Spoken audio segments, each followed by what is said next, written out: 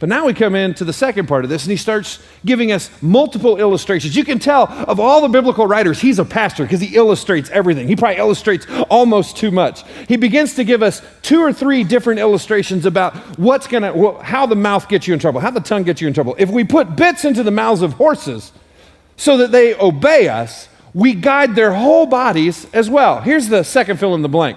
Little words, they're still a big deal. I mean, it just may be language, but what he's saying is, it's a big deal.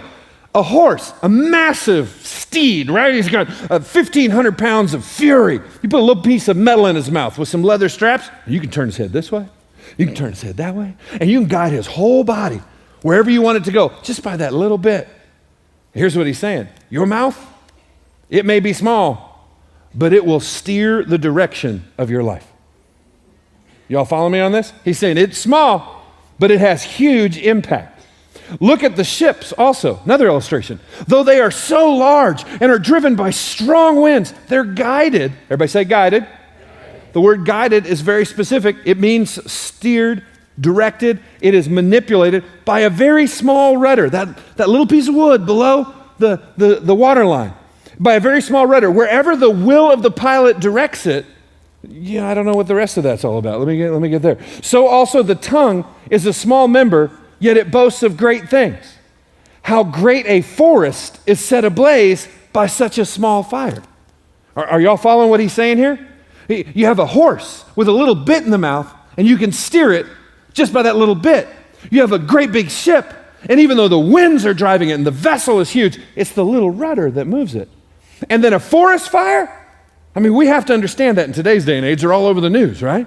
A grassland fire? It doesn't start because of an explosion.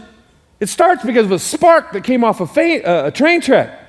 It starts because somebody threw a cigarette out the window.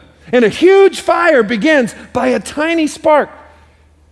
You know what this actually teaches us? Look at verse 6. And the tongue is a fire, a world of unrighteousness. The tongue is set amongst the members, staining the whole body, setting on fire the entire course of life. Everybody say, entire course of life. And this one's really bad. And set on fire by hell.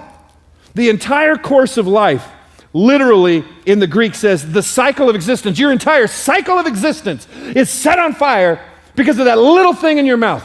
That fire. And it's not just fire, it's the fires of hell. How many of you have ever you've been involved in something, and it was just hell on earth, and it was all because of what people were saying? I mean, do you know what the tongue is? The tongue is a fuse connected to the bomb of hell. That's what he's saying. It's just a tiny little thing, and you light that, and boom! I mean, the whole thing becomes explosive in your world.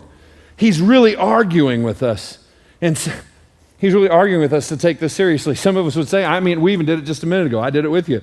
My mouth always gets me in trouble. It's not funny. It's not funny. Say, I always say that. I always stick my foot in my mouth. Oh, I'm always bossy. I'm always this. I'm always that. It's steering your life.